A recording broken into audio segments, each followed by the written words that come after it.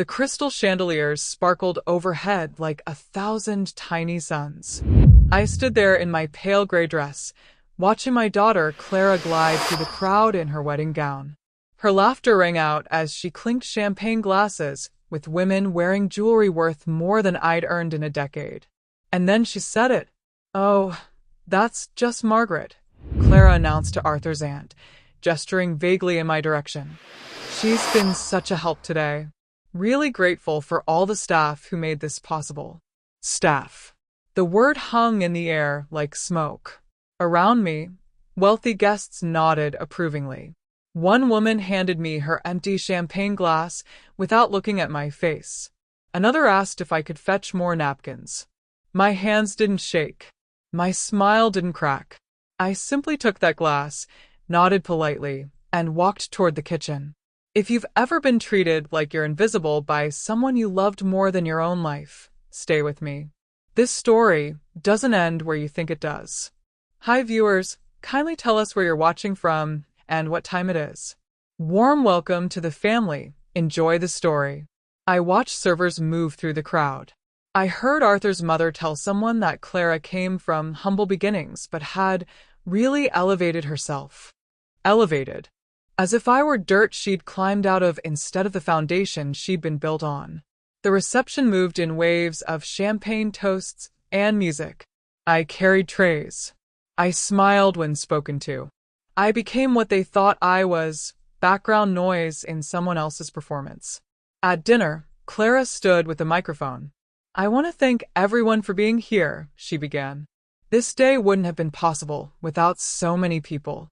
The caterers, the decorators, and all the wonderful staff who worked behind the scenes." Her eyes found mine across the room. "Especially Margaret," Clara said. "She's been such a tremendous help today. I don't know what we would have done without her." Applause rippled through the hall. Polite, appreciative applause meant for servants.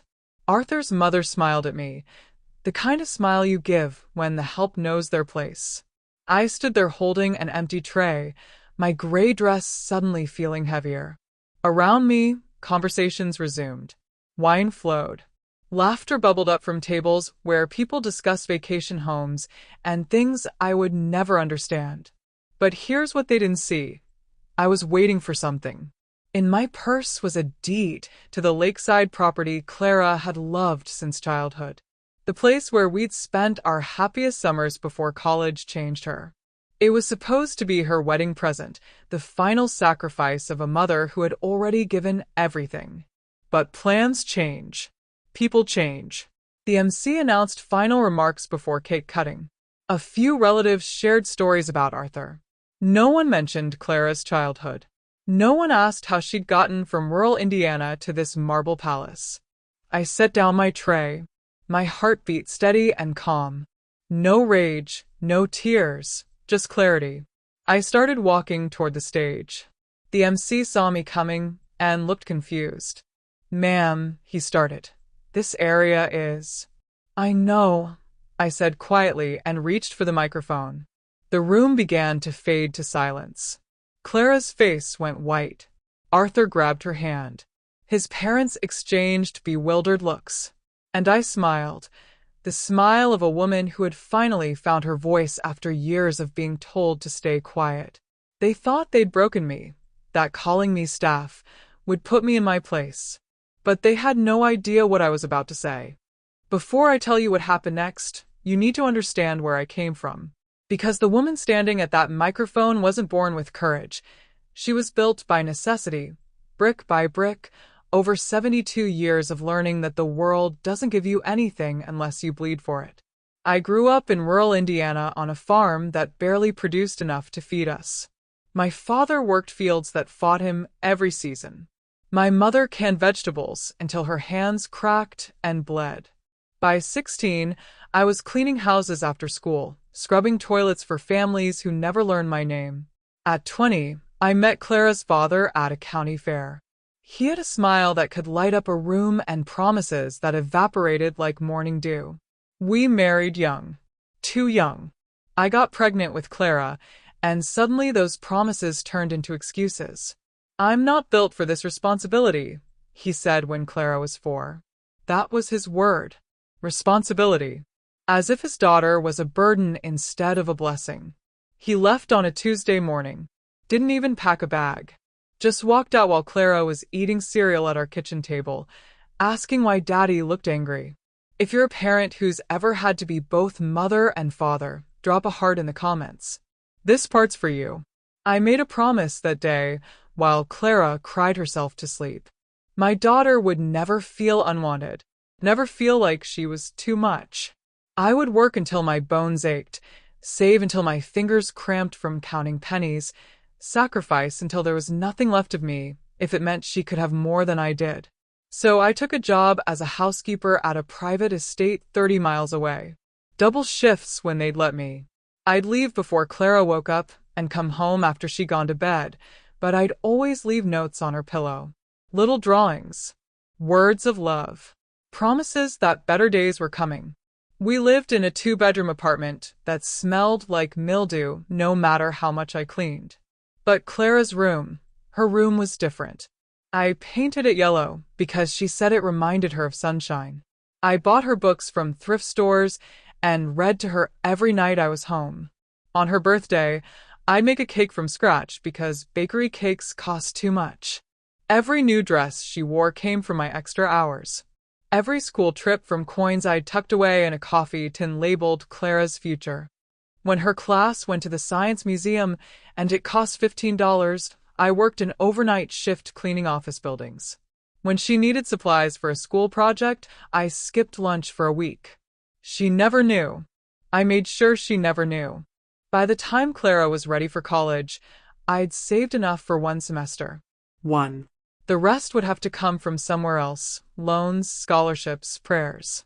But then she got accepted to a private college, the kind with brick buildings and ivy-covered walls, the kind where girls like Clara didn't usually belong. "Mom, I got in," she screamed, jumping around our tiny kitchen. I actually got in. I looked at the acceptance letter and saw the tuition cost. My heart sank. There was no way. No possible way. That night, I took out my mother's wedding ring from the box where I'd kept it for 30 years. A simple gold band with a small diamond. Nothing fancy, but it was mine. The only thing my mother left me when she died. I sold it the next week. Didn't tell Clara. Just told her I'd found a way to make it work. "You're investing in my dreams," she whispered, hugging me so tight I could barely breathe. "That's what mothers do," I said. Back then, I believed love alone could raise a child's heart right. I believed that if I sacrificed enough, worked hard enough, loved deeply enough, Clara would grow up knowing her worth, and mine. But love, I later learned, can be twisted by pride. College changed my daughter in ways I didn't see coming. Maybe it changes everyone. Maybe that's the point. But watching Clara transform from the girl who used to help me fold laundry while singing off-key into someone I barely recognized, that broke something in me I didn't know could break. The first time she came home for Thanksgiving break, I barely recognized her voice. She spoke differently, pronounced words with sharp edges that hadn't been there before. She corrected me when I said, "ain't," or dropped a G from the end of a word. "It's going, Mom, not going," she'd say, her face twisted in embarrassment. I'd been saying goin' my whole life. So had my mother. So had everyone I knew. But apparently, in Clara's new world, the way I spoke marked me as less than. Have you ever lost someone to pride? Tell me in the comments you're not alone. She started dressing differently too. Gone were the jeans and simple tops we bought together at discount stores. Now she wore clothes with names I couldn't pronounce, brands that cost more than my monthly grocery budget. I never asked where she got the money. I was afraid to know. At Christmas, she brought home a friend named Madison. Madison wore pearls to breakfast and called our apartment quaint in a way that didn't sound like a compliment. They spent most of the visit in Clara's room with the door closed, and I heard them laughing about something I wasn't part of. "Does your mom always talk like that?" Madison asked, her voice carrying through the thin walls. Clara's response was quiet, but I heard it. She didn't have the opportunities we have. Opportunities. As if my lack of education was a choice rather than a circumstance. By her sophomore year, Clara stopped calling me Mom in public. We'd meet for lunch near campus, and she'd introduce me to her friends as Margaret. Just Margaret. No explanation, no context, just a first name floating in air without connection. It's more professional, she explained when I finally asked. Professional. I wasn't her colleague. I was the woman who'd walked through storms to bring her forgotten lunch. The woman who'd worked overnight shifts so she could sleep in a warm bed. The woman who'd sold her mother's rings so Clara could sit in those classrooms and learn to be ashamed of where she came from. But I said nothing. Swallowed the hurt. Told myself it was just a phase. Just a young woman trying to find herself in a world bigger than she'd ever known. Then she met Arthur Pembroke. He was everything I wasn't. Wealthy. Educated. From a family with a history you could trace back generations. His last name opened doors that people like me didn't even know existed. Clara called me breathless after their first date. Mom, he's amazing. He goes to the symphony. He's been to Europe 3 times. His family owns this incredible estate with actual vineyards. I heard the wonder in her voice. But underneath it, I heard something else. Distance. Like she was already measuring the gap between his world and ours, already calculating what she'd need to become to bridge it. She brought him home once. Arthur was polite enough, shook my hand, complimented the meal I'd spent all day preparing. But I saw how his eyes swept over our apartment, cataloging its smallness, its worn furniture, its lack of anything impressive. Your mother is lovely, he told Clara later, and I heard the but he didn't say out loud. After that visit, Clara started making excuses. She was too busy with classes to come home for weekends. Spring break was spent at Arthur's family estate. Summer was an internship in the city, an internship his father had arranged. Each phone call grew shorter. Each visit felt more obligatory. She'd sit at our kitchen table checking her phone, one foot already out the door before she'd even arrived. You seem different, I said once. I'm growing up, Mom. That's what people do. But growing up and growing away aren't the same thing. One is natural. The other is a choice. The engagement happened without warning. Clara called on a Tuesday evening. Arthur proposed, she said. We're getting married next June. My heart lifted and sank in the same breath. That's wonderful, sweetheart. I'm so happy for you. There's something I need to talk to you about, though. Her voice changed, became careful, measured. About the wedding. And that's when everything I'd built, every sacrifice I'd made, every hour I'd worked while she slept, it all came crashing down in one phone conversation. Her words didn't break me. They built the wall I needed. The call about the wedding started normally enough. Clara talked about venues and flowers and guest lists, her voice bright with excitement. I listened, picturing her in a white dress, imagining walking her down an aisle, giving her away to the life she'd chosen. Then her tone shifted. Mom, there's something we need to discuss. About your role at the wedding. Role. Not, I can't wait for you to be there, or I need your help choosing flowers. Role. Like I was being cast in a play I didn't audition for. Of course, honey. Whatever you need. She paused. I could hear her breathing, could picture her biting her lip the way she used to when she was nervous as a child. Arthur's family is very traditional. They're used to a certain image, a certain standard. My stomach tightened. I understand. Do you? Her voice carried an edge now. Because his mother has very specific expectations. And I need this day to be perfect. I need to fit in with them, Mom. I need them to accept me. If you've ever stayed silent just to protect someone you love, stay tuned. Silence can be powerful. What are you asking me, Clara? Another pause. Longer this time. I think it might be best if you came quietly. Helped with coordination.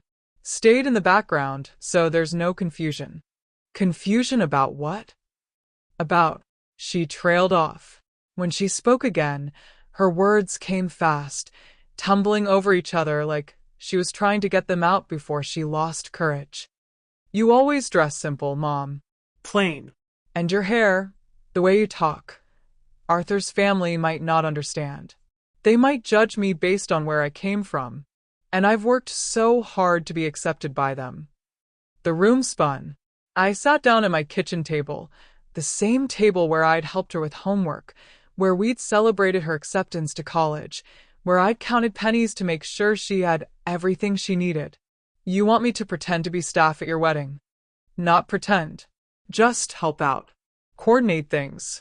You're so good at that, Mom. You've always been good at working behind the scenes. And this way, there's no awkward questions. No one looking down on you, or saying things that might hurt your feelings. My feelings, I repeated. Yes. I'm trying to protect you, Mom. I'm trying to make this easier for everyone. Something cold settled in my chest. Not anger. Anger would have been warmer, Messier. This was clear and sharp as winter ice. What will you tell people when they ask about your mother? Silence stretched between us like a canyon. I'll tell them you couldn't make it. That you're not well. Something simple.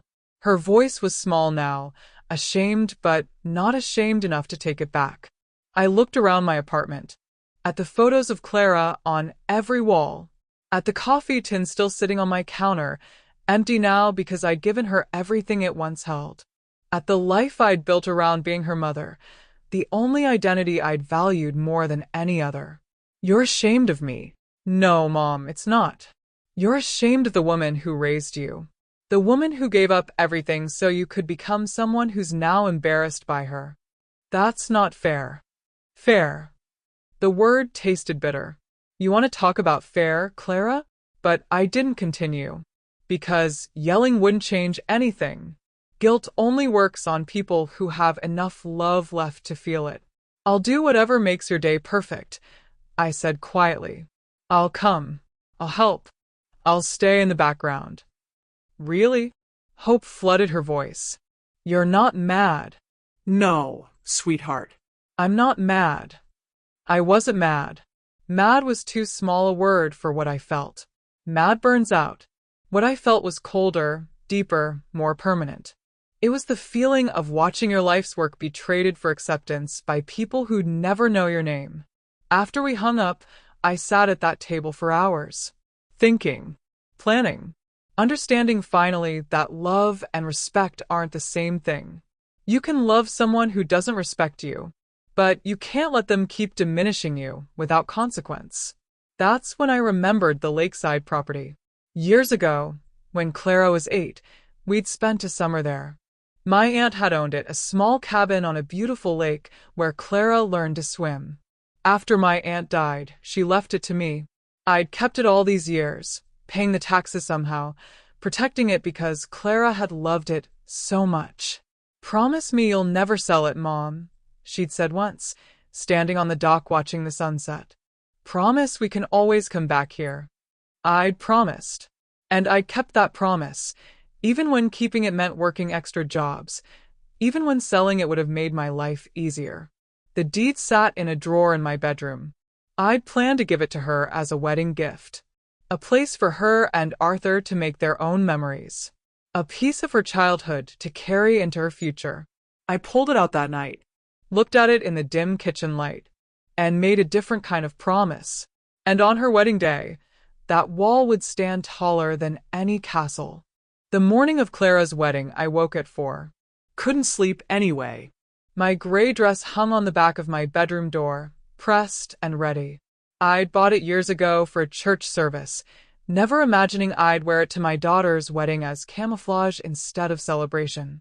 I made coffee, watched the sunrise through my kitchen window, thought about all the mornings I'd watched Clara sleep before school, her face peaceful and young, before the world taught her to measure people by their clothes and accents. The drive to the Pembroke estate took 2 hours. I'd borrowed my neighbor's car because mine was too old, too beaten up to park among the Mercedes and BMWs that would fill their driveway. Even in this, I was thinking of Clara, protecting her from embarrassment, playing the role she'd assigned me. If you've ever had to smile through pain, don't skip. This part will speak to your strength. The estate appeared like something from a magazine. Massive iron gates. A driveway lined with oak trees that must have been 100 years old. The house itself was white stone with columns, surrounded by vineyards that rolled toward the horizon like green waves. I parked in the back lot where a sign read, "Service Entrance." It seemed fitting. Inside, the estate buzzed with activity. Real caterers in crisp uniforms rushed through hallways. Florists arranged roses that probably cost more per stem than I spent on groceries in a week. A wedding coordinator with a clipboard barked orders into a headset. She spotted me immediately. "Are you with the catering company?" I opened my mouth to correct her. But what would I say? I'm the mother of the bride, but I've been asked to pretend I'm not?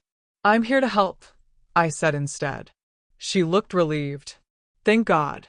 We're short-handed. Start with the reception hall. Tablecloths need smoothing, and the place cards need to be positioned exactly 3 inches from each plate edge." Can you handle that? "Yes, ma'am." She hurried off.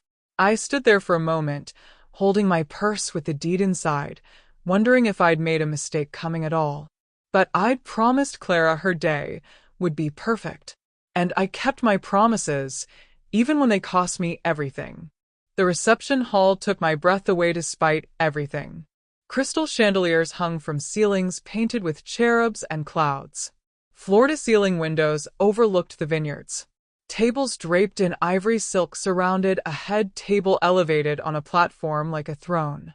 I smoothed tablecloths, adjusted place cards, arranged napkins into swans because someone had decided swans represented love better than regular napkins. Around me, the real staff worked efficiently. They didn't question why I was there. I looked the part, older, plainly dressed, invisible in the way service workers become invisible to wealthy people. At noon, I saw her. Clara stood at the top of the main staircase in her wedding dress. It was stunning, lace and silk, and probably cost more than I'd earned in a year.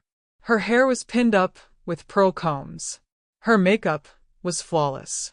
She looked like a princess from the fairy tales I used to read her before bed. For a moment, just a moment, she was my little girl again. And my heart broke all over.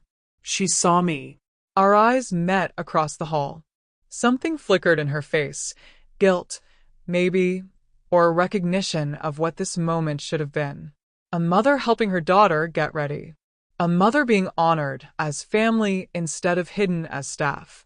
But then Arthur's mother appeared beside her, adjusting Clara's veil, and my daughter turned away. The ceremony was held in the garden.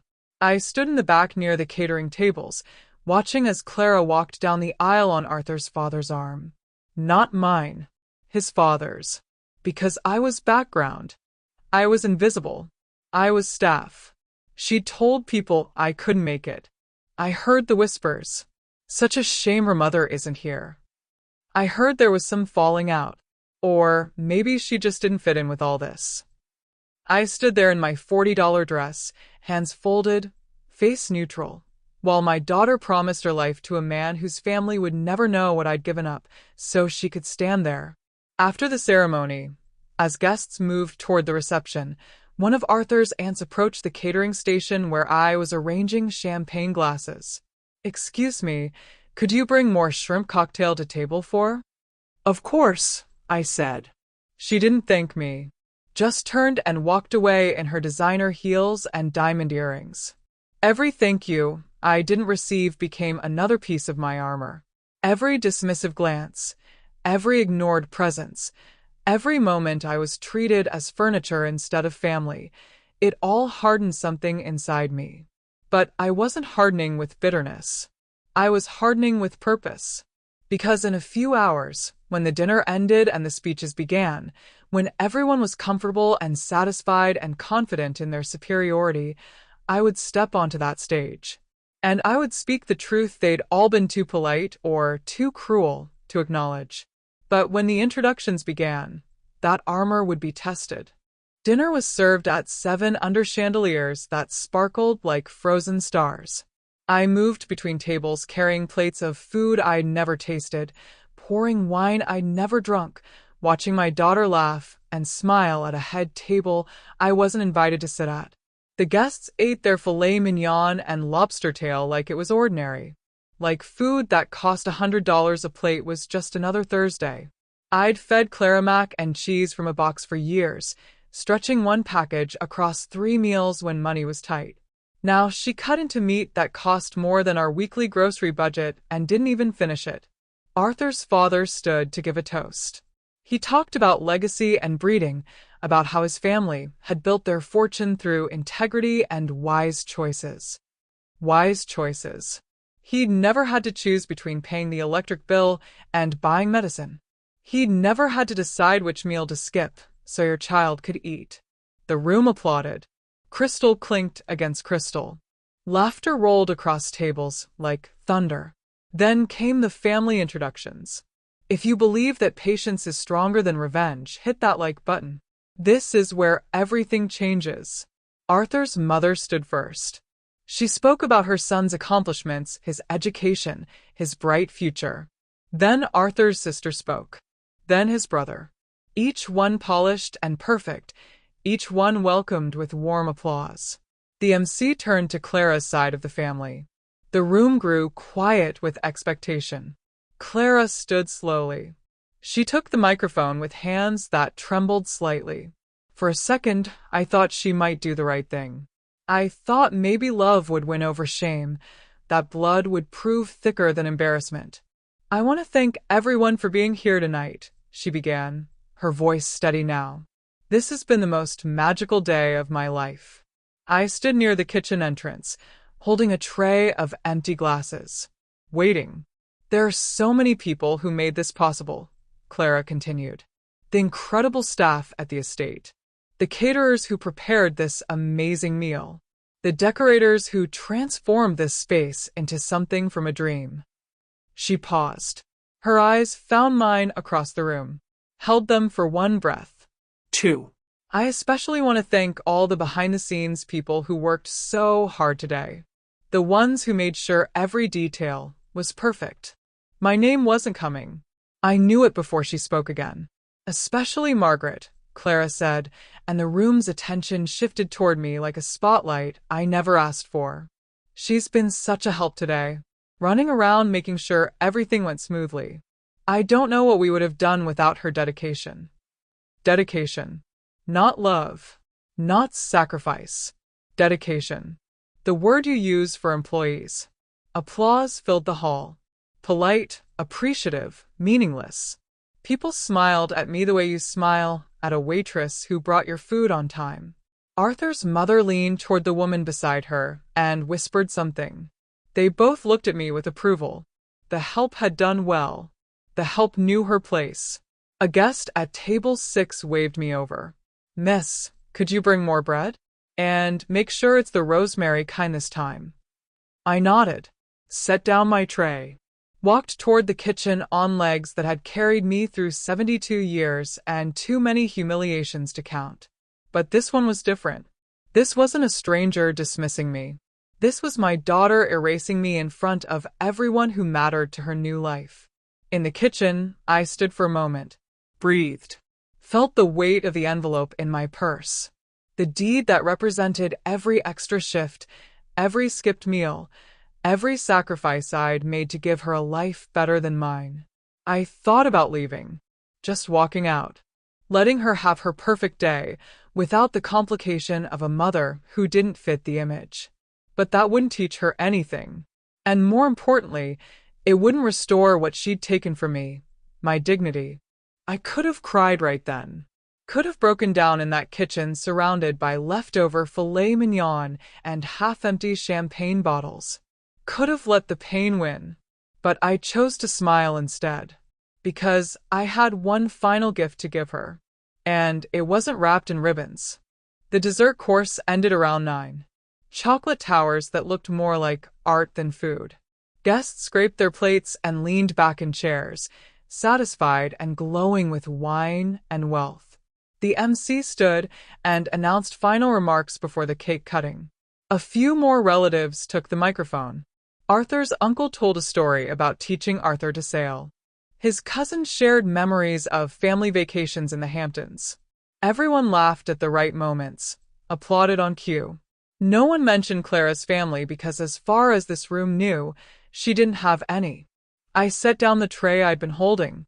My heart was calm, steady as a drumbeat. I'd spent 3 days deciding whether to do this.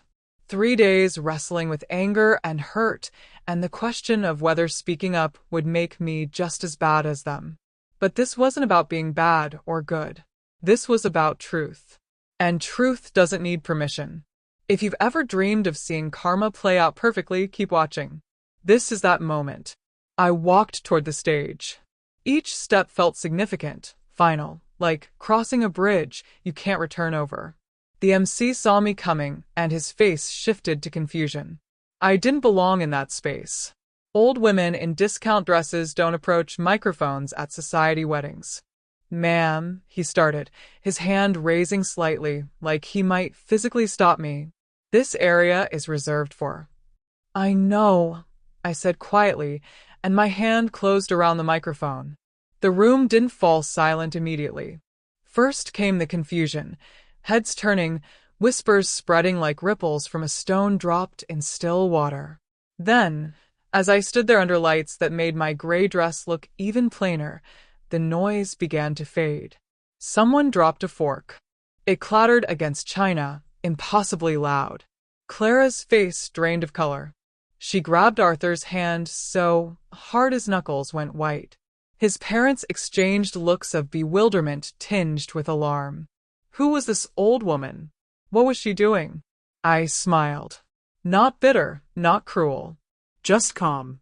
"I want to thank everyone for being here tonight," I began, my voice steady despite the trembling in my hands. "For making this day so special for my daughter."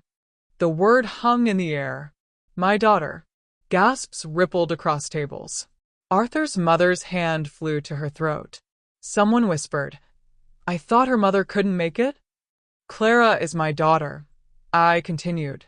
"And everything she has, her education, her poise, the way she carries herself in rooms like this, came from one person's hard work." Clara shook her head slightly. A warning, a plea. Her eyes begged me to stop. But I'd been silent for too long. "I was that person," I said simply. "The staff member you all thanked tonight. The one who carried your plates and poured your wine and made sure your napkins were folded just right." The room was frozen now. Not a cough, not a whisper. I scrubbed floors for 30 years. Worked 3 jobs at once. Saved every penny so Clara could go to that expensive college where she learned to speak differently, dress differently, become someone who could fit into your world. My voice didn't shake. Didn't break. I sold my mother's wedding ring, the only thing I had left of her, to pay for Clara's first semester. I walked through snowstorms to get to my jobs. I chose between eating and saving so my daughter could have opportunities one never dreamed of. Arthur's father leaned forward in his chair, his face red. "Is this some kind of—" I didn't realize, I continued, my voice rising slightly, that all those sacrifices would teach her to stand tall by stepping on the person who lifted her up. Clara's hands covered her face. Her shoulders shook. "But I didn't come empty-handed tonight," I said, and reached into my purse. The envelope felt heavy, significant. I pulled it out slowly, letting everyone see it.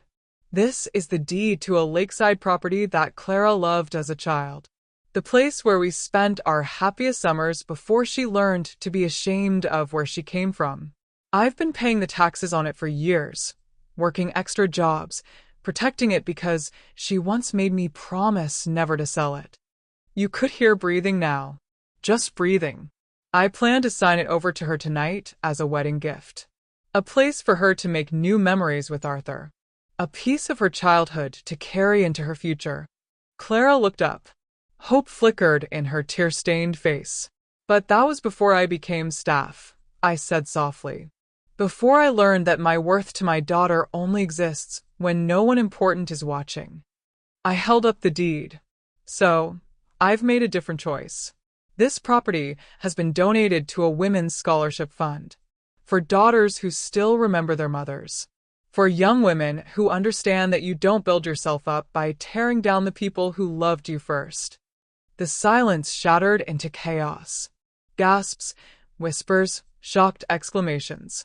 Arthur's mother stood up. This is outrageous. No, I said, meeting her eyes. This isn't outrageous. It's justice. Quiet justice. I placed the microphone back on its stand.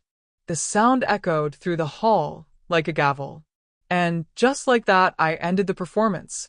I walked out of that hall with my head high and my heart strangely light. Behind me, chaos erupted like a dropped tray of glasses. Voices rose in confusion and shock. Someone called my name, but I didn't turn around. The night air hit my face, cool and clean. I stood on the marble steps of the Pembroke estate, looking out at vineyards bathed in moonlight, and breathed deeper than I had in years. My hands weren't shaking anymore. My throat wasn't tight. I felt empty in the best way, like I'd been carrying something heavy for so long that I'd forgotten what it felt like to stand up straight. Would you have answered that call? Tell me below. I'll tell you what I did next. A valet approached, confused. Ma'am, do you need your car? Yes, please. I handed him the ticket. While I waited, I heard the sounds from inside the hall. Raised voices. Clara's crying. Arthur's father demanding to know who I was. What gave me the right to disrupt his son's wedding? The right of a mother who'd been erased, I thought. The right of a woman who'd been reduced to staff in her own daughter's life story. The valet brought my neighbor's old Honda around. It looked ridiculous among the Mercedes and BMWs, but I didn't care anymore. Caring about what these people thought had cost me too much already. I drove away slowly, watching the estate shrink in my rearview mirror. The lights, the grandeur, the perfect facade of a world my daughter had chosen over me. At home, my apartment felt different. Smaller, yes, but also safer. Real. The photos of Clara on my walls stared back at me, and I wondered if I should take them down. Not out of anger, but because maybe it was time to stop living in a past where my daughter had loved me without conditions. I made tea, sat at my kitchen table, waited. I knew the call would come eventually. Knew that Clara would have to respond somehow. The question was when and what she'd say, and whether anything she said could rebuild what had been broken. The phone rang at midnight. I looked at the screen. Clara's name glowed in the darkness. I let it ring 4 times before answering. Mom. Her voice was wrecked, raw from crying. Mom, please. We need to talk. I'm listening. I'm so sorry. I'm so sorry. I didn't mean for it to be like that. I was just nervous, and Arthur's family is so intimidating, and I thought. You thought it would be easier to erase me than to defend me. Silence. Then more crying. I love you, Mom. You have to know that. I love you so much. Love isn't enough, Clara. Love without respect is just empty words. Please, she begged. Please don't do this. That property. You can't give it away. It's ours. It's our memories. They're my memories, I corrected gently. You traded yours for acceptance from people who'll never know your real story. Who'll never know that the reason you can sit at their tables is because I scrubbed theirs. I'll tell them, she said quickly. I'll tell everyone. I'll explain everything. I'll make it right. Will you? Or will you wait until it's convenient, until it doesn't threaten the image you've built? She had no answer for that. We sat in silence on opposite ends of the phone. Mother and daughter. Stranger and stranger. I forgive you, Clara, I finally said. But forgiveness doesn't rebuild respect. It only releases resentment. What does that mean? It means I don't hate you. But I also don't trust that you see me as anything more than someone who can help or hurt your new life. And I can't live waiting for you to decide I'm worthy of acknowledgement. Mom, I love you. I'll always love you. But I also love myself too much to accept crumbs from your table. I hung up before she could respond. Before I could weaken and take back everything I'd said. Before love could convince me that being diminished was better than being alone. The phone didn't ring again that night. But 3 days later, I received a letter. Not a text, not an email, an actual letter, handwritten on expensive stationery that probably cost more than my phone bill. I didn't open it for a week. When I finally did, it said everything and nothing. Apologies and explanations and promises to do better. But nowhere in those carefully written words did Clara acknowledge the real problem, that she'd been willing to sacrifice her mother's dignity for her own comfort. I folded the letter and put it in a drawer. Maybe one day I'd respond. Maybe one day she'd truly understand what she'd done and what it cost us both. But that day hadn't come yet. Life moved differently after the wedding. Quieter, emptier in some ways, but fuller in others. I stopped waiting for Clara to call. Stopped checking my phone every hour, hoping for a message that never came. The silence after her letter felt final, like a door closing on a room I'd lived in my whole life. Some people asked what happened. Neighbors who'd known Clara since she was small. Friends from church who'd watched me raise her alone. I told them simply, we needed space. Most understood. The ones who didn't weren't people whose opinions mattered anyway. If you've ever had to let go of someone you love for your own peace, comment peace. This one's for you. A month after the wedding, I started volunteering at a women's shelter downtown. The kind of place that houses women escaping bad situations, women starting over with nothing but hope and determination. Women who reminded me of myself at their age. I helped in the kitchen mostly. Cooked meals. Washed dishes. The same work I'd done my whole life, but this time it felt different. This time, no one treated me like I was invisible. The women thanked me, learned my name, asked about my life. One evening, a young woman named Sophie sat with me while I chopped vegetables. She was 23, had a baby on her hip, and eyes that had seen too much too soon. How do you do it? She asked. Stays so calm. So together. Practice, I said, smiling. Lots and lots of practice. I heard you have a daughter. Does she visit? I paused mid-chop. No. We're taking time apart. Sophie shifted her baby to her other hip. My mom and I don't talk either. She said I made bad choices. Said I embarrassed the family. I looked at this young woman, barely more than a child herself, trying so hard to build a life for her baby despite everything working against her, and saw something I recognized. You're not an embarrassment, I said firmly. You're surviving. And that takes more courage than people who've never struggled will ever understand. Her eyes filled with tears. Thank you. No one said anything like that to me and I can't remember. That's when I understood why I was there. Why the universe or God or whatever force moves through our lives had led me to that shelter at that exact moment. I wasn't there to be needed by Clara anymore. I was there to be needed by women who would actually see me, value me, remember that I mattered. The scholarship fund I'd established with the lakeside property began helping young women go to college. The first recipient was a girl named Maria, whose mother had died when she was 15. She sent me a thank you note with a photo of herself on campus, smiling so wide it hurt to look at. Because of you, she wrote, I get to have the education my mother dreamed of for me. I promise to make her proud.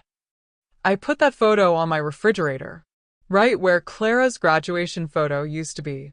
6 months passed without a word from my daughter. No calls on my birthday.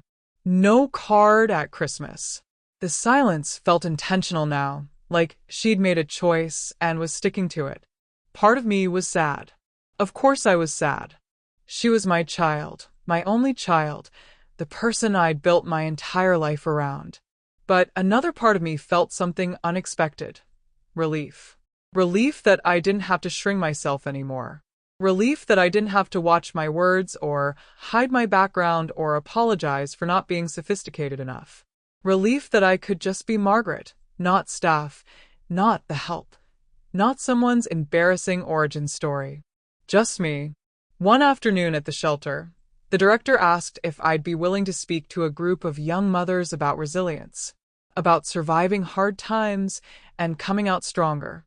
I'm not good at speaking in front of people, I said. She smiled. Margaret, you stood up in front of a room full of wealthy strangers and spoke your truth without flinching. I think you'll manage just fine. So I did it. Stood in front of 15 young women and told them my story. Not all of it, some wounds were still too fresh, but enough. Enough that they understood I knew what struggling felt like. That I'd survived it. That they could too. When I finished, they applauded. Not the polite, obligatory applause from Clara's wedding. This was real. This was from women who understood that survival itself is worth celebrating. Afterward, Sophie approached me with her baby, who'd gotten bigger in the months since I'd met them. You're incredible, she said. I want to be like you when I'm older. Strong like that. I hugged her, this young stranger who saw me more clearly than my own daughter had. You already are, I told her. That night, driving home through streets I'd driven 1,000 times, I realized something. Peace had finally found me. Not the peace of everything being perfect, but the peace of accepting what is and choosing to be okay anyway. Clara had made her choice, and I'd made mine. Her silence after that told me everything I needed to know. A year after the wedding, I was helping at the shelter when a new woman arrived. She was younger than most, maybe 19, with a baby girl wrapped against her chest. She looked terrified and exhausted, and exactly like I'd felt 30 years ago when Clara's father walked out. This is Jessica, the director said. Jessica, this is Margaret. She's going to show you around, help you get settled. Jessica's eyes met mine. Thank you, she whispered. I didn't know where else to go. You're exactly where you need to be, I said and meant it. Over the next few weeks, I watched Jessica transform. She enrolled in a GED program, started learning job skills. Most importantly, she started believing that her past didn't have to define her future. One evening, while her baby slept in a carrier, Jessica helped me prepare dinner in the shelter kitchen. Can I ask you something personal? She said. Of course. The other women told me you have a daughter who doesn't talk to you anymore. Is that true? I nodded, stirring a pot of soup. It is. Does it get easier? I thought about that question. Really thought about it. It gets different, I finally said. Some days it still hurts, but most days I'm at peace with it. How? Because I realized that my worth doesn't come from whether she acknowledges me. It comes from knowing who I am and what I've done. And nothing, not her shame, not her silence, not anything, can take that from me. Jessica wiped her eyes. I hope I can be that strong someday. You already are. You're here, aren't you? You chose to save yourself and your baby. That's the strongest thing anyone can do. If this story touched your heart, please like, share, and subscribe. Someone out there needs to hear this kind of justice. That night, after my shift at the shelter, I drove to the lake. The property I donated was now a retreat center for the scholarship program. Young women from difficult backgrounds could spend weekends there, studying and healing and building the futures they deserved. I stood on the dock where Clara and I had once watched sunsets together.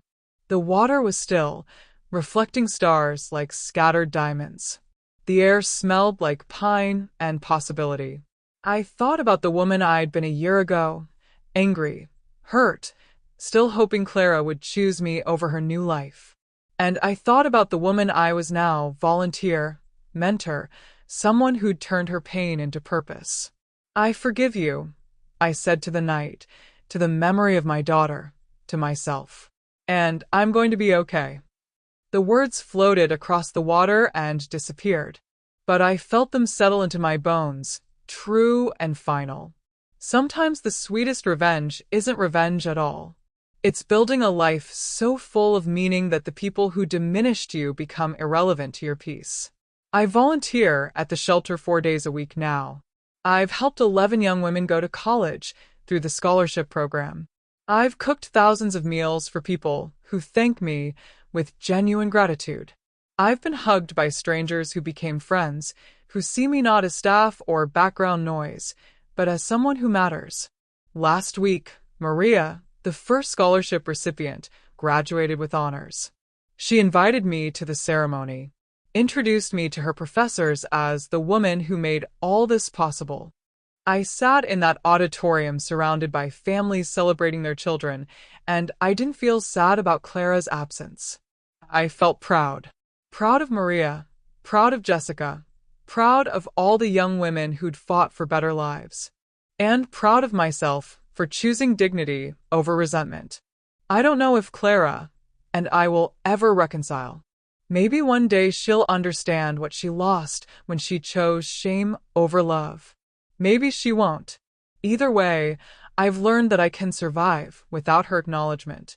Because here's what I know now: respect has no class or income bracket. The person who scrubs your floors might have built the ground you stand on. Silence can be stronger than shouting. Dignity speaks loudest when words fail. And you never let shame rewrite your worth. No matter who tries to diminish you, your story, your sacrifices, they remain your power. I'm 73 now. My hair is grayer, my hands more wrinkled. But I smile more than I have in years. When the young women at the shelter ask me why, I tell them the truth. Because sometimes the sweetest revenge is peace. And I mean it with every fiber of my being. Subscribe to this channel and turn on notifications so you never miss another story about quiet justice, resilience, and the strength it takes to choose yourself. Share this story with someone who needs to hear it. And in the comments, tell me about a time you had to stand up for your own dignity. Your story might inspire someone else to find their voice. Thank you for being part of this family. Until the next story, remember, your worth isn't determined by who acknowledges it. It's determined by how you honor yourself when no one else will.